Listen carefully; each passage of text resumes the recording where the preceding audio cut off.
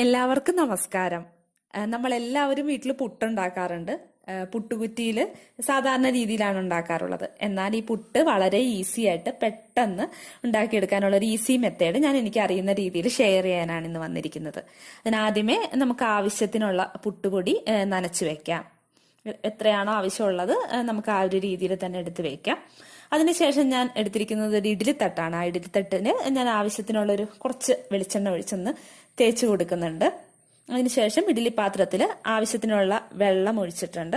അതിലേക്ക് ഈ ഇഡ്ഡലിത്തട്ട് വച്ച് കൊടുത്ത് അതൊന്ന് ചൂടാവാനായിട്ട് വെയിറ്റ് ചെയ്യാം.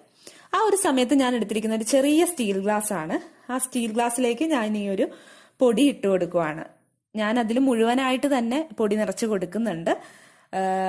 നമുക്ക് വേണമെങ്കിൽ ഇതിൽ പകുതി മതി എന്നുണ്ടെങ്കിൽ പകുതി ഇട്ട് കൊടുത്താൽ മതി. ഞാൻ ഇതിൽ ഫുള്ളായിട്ട് തന്നെ ആ പൊടി നിറച്ചു കൊടുക്കുകയാണ്. അതിന്റെ മുകളിലെ വശം ചെറുതായിട്ടൊന്ന് അമർത്തി കൊടുക്കുന്നുണ്ട്. ഒത്തിരി അങ്ങോട്ട് അമർത്തണ്ട, ചെറിയ രീതിയിലൊന്ന് പ്രസ് ചെയ്ത് കൊടുക്കാം. ഇനി നമുക്ക് ഈ ഒരു പുട്ട് എങ്ങനെയാണ് തയ്യാറാക്കുന്നതെന്ന് നോക്കാം. അതിന് വേണ്ടിയിട്ട് നമ്മുടെ ഇഡ്ഡലിത്തട്ട് ചൂടായി വന്നിട്ടുണ്ട്. ആ ഒരു സമയത്ത് നമുക്ക് ഈ ഗ്ലാസ് അതിലേക്ക് അങ്ങ് കമിഴ്ത്തി കൊടുക്കാം. ജസ്റ്റ് അതൊന്ന് അവിടെ വെച്ച് കൊടുത്ത് ആ ഒരു സമയത്ത് തന്നെ ഗ്ലാസ് അവിടെ നിന്ന് മാറ്റാവുന്നതാണ്. നമ്മൾ വിചാരിക്കുന്നത് പോലെ അത് അവിടെ നിന്ന് പൊടിഞ്ഞൊന്നും പോകില്ല. പുട്ട് ആ ഒരു ഷേപ്പിൽ തന്നെ അവിടെ ഇരുന്നോളും.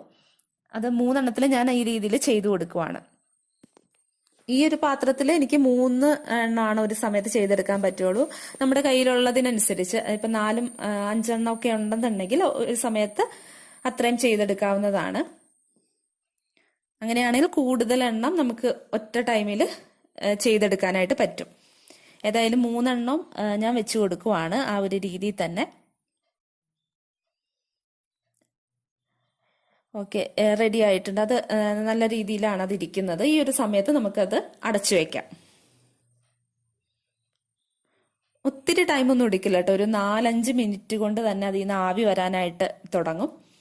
4-5 മിനിറ്റ് ആവുമ്പോൾ തന്നെ നമുക്ക് ആ ഒരു സമയത്ത് ആവി വരുന്ന സമയത്ത് അടപ്പ് മാറ്റി നോക്കാം. പുട്ട് അങ്ങനെ പൊടിഞ്ഞൊന്നും പോയിട്ടില്ല. ചെറുതായിട്ട് ചരിഞ്ഞിരിക്കുന്നുണ്ടെങ്കിലും അത് പൊടിഞ്ഞു പോയിട്ടില്ല. നമുക്കത് എടുക്കുമ്പോൾ വളരെ സൂക്ഷിച്ച് ആ ഒരു രീതി തന്നെ ഒരു പ്ലേറ്റിലേക്ക് മാറ്റാവുന്നതാണ്.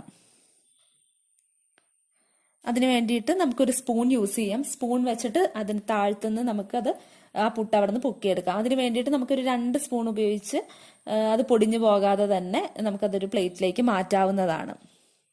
വളരെ എളുപ്പമാണ്. 4-5 മിനിറ്റ് കൊണ്ട് തന്നെ നമുക്ക് ഈ ഒരു രീതിയിൽ ചെയ്തെടുക്കാം. നമുക്കൊരു 1-2 തവണ കൊണ്ട് ചെയ്തെടുക്കാം. പുട്ടുകുറ്റിയിൽ ചെയ്തെടുക്കുന്നതിനേക്കാളും വളരെ സിമ്പിളാണ്.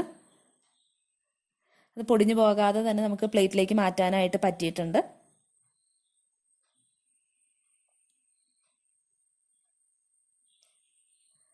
ഏതായാലും ഈ ഒരു മെത്തേഡ് എല്ലാവർക്കും പരീക്ഷിച്ച് നോക്കാവുന്നതാണ്.